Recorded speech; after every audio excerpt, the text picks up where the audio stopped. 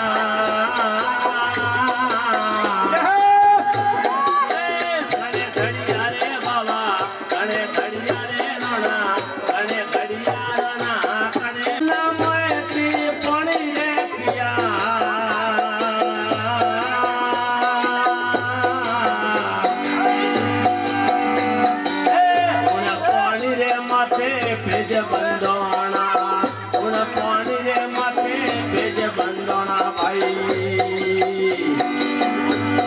जिए हमारी युवा पीढ़ी जिए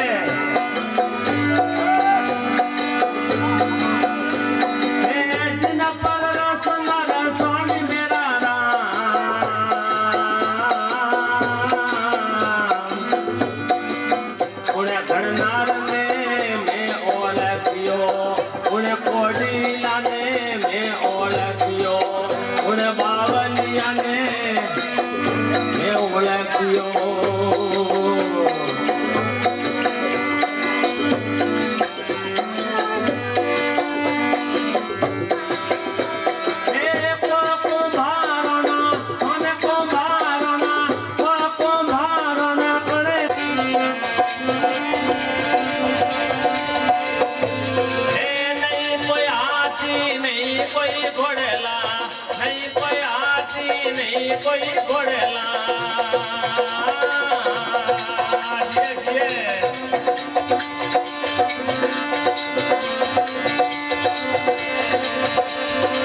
रंग मेली जारे भूतोरे वाला टोला रंग मेली ना भूतो वाला टोला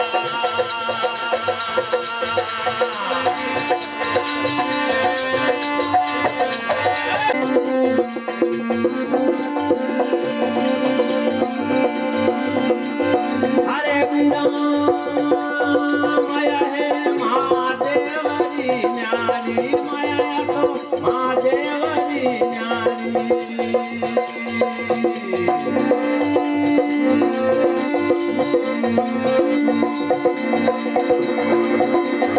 परने माँ जलरी प्यारी परने हे माँ जलरी प्यारी परने हे माँ जलरी प्यारी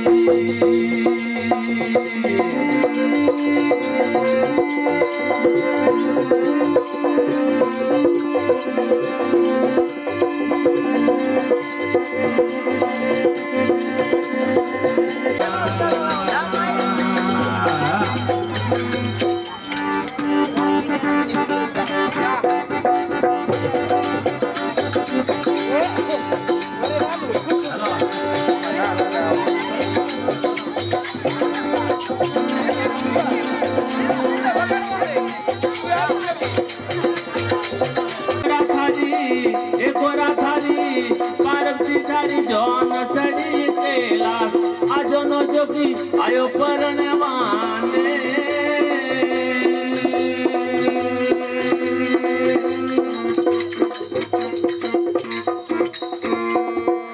पाले शंकर भगवान की जय हेमड़ा पीर की जय मनोज मेघवाल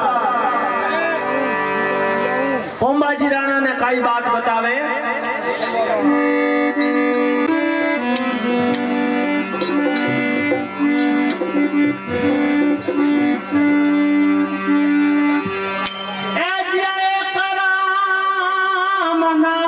झोपड़ी तो पापी का 10 काम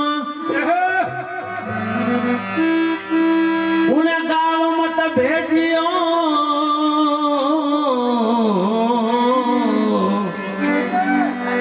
उन्हें गाँव मत भेजियो जा नहीं है राम का नाम